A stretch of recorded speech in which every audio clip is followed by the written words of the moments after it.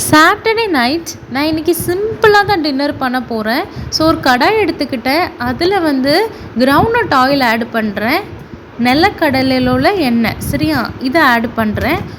Add பண்ணிவிட்டு வெங்காயம் 1, தக்காளி 1, ஒரு பச்சை மிளகாய் இதெல்லாம் நறுக்கி வச்சுக்கிட்டேன். ஸோ ஃபர்ஸ்ட்டு சட்டி காஞ்சதும் கொஞ்சம் வெங்காயம் போட்டு அப்புறம் பச்சை மிளகாய் ஆட் பண்ணி அதுக்கப்புறம் தக்காளி ஆட் பண்ணி நல்லா வதக்கி எடுத்துக்குவேன். இதை வந்து நம்ம இங்கிலீஷில் சாட்டேன்னு சொல்லலாம். ஸோ நல்ல சிம்மில் வச்சு வதக்கி எடுத்துக்குவேன். வதக்கி எடுத்ததுக்கப்புறம் இதில் நான் கொஞ்சம் மசாலாஸ் ஆட் பண்ணுவேன். 1 ஸ்பூன்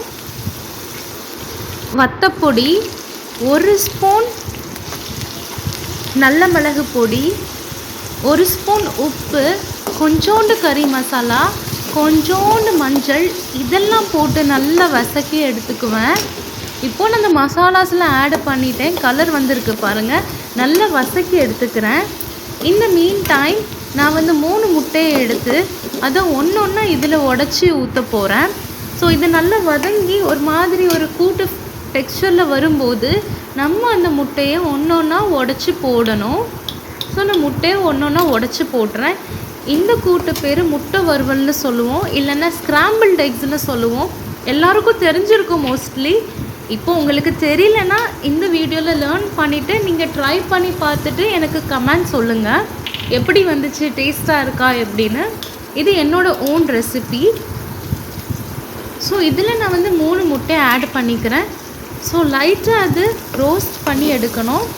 இந்த மாதிரி இதை வந்து லைட்டாக வறுத்து எடுக்கணும்.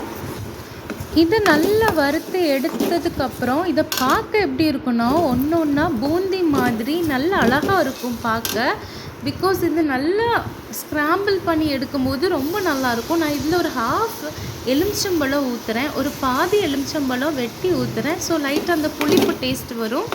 இதுக்கப்புறம் நம்ம கொத்தமல்லி இருந்தால் அதை லைட்டாக நறுக்கி இதில் தூவிக்கலாம். நான் இன்றைக்கி ஆட் பண்ணல கொத்தமல்லி. இப்போது நல்லா இதை வதக்கி எடுத்துக்கணும். வதக்கி எடுத்துகிட்டு நான் ஒரு பவுலில் ட்ரான்ஸ்ஃபர் பண்ணிட்டேங்க. பாருங்கள் எவ்வளோ கலர்ஃபுல்லாக இருக்குது. இது நான் ப்ரெட் ஸ்லைஸ் கூட சாப்பிட போகிறோம் டின்னருக்கு.